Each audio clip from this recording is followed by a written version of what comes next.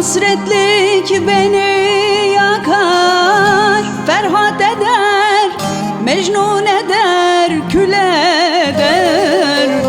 Azgın yaram kanar durur, mahpuslara, zincirlere yol eder. Karanlıklar bir yanımda, bir yanım sevdaya düşer.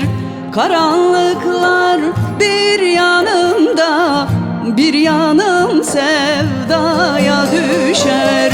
Vay beni vaylar vay beni, canıma can ettim seni. Bu canı sensiz neyleyim, gel de sen öldür beni. Vay beni vaylar vay beni, canıma can ettim seni. Bu canı sensiz neyleyim, gel de sen öldür beni.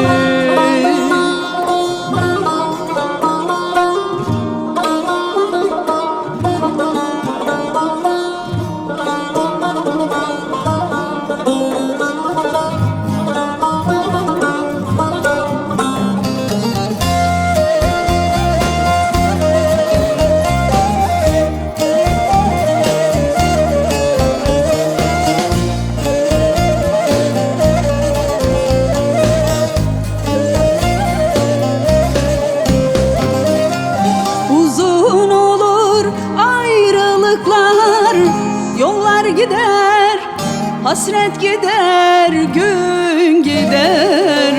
Meçhul bir sevdalıyım, ilmik ilmik yüreğimden kan gider.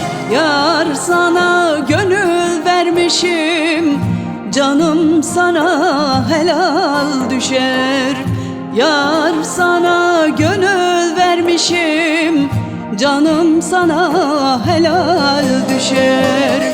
Vay beni vaylar vay beni, canıma can ettim seni. Bu canı sensiz neyleyim, gel de sen öldür beni.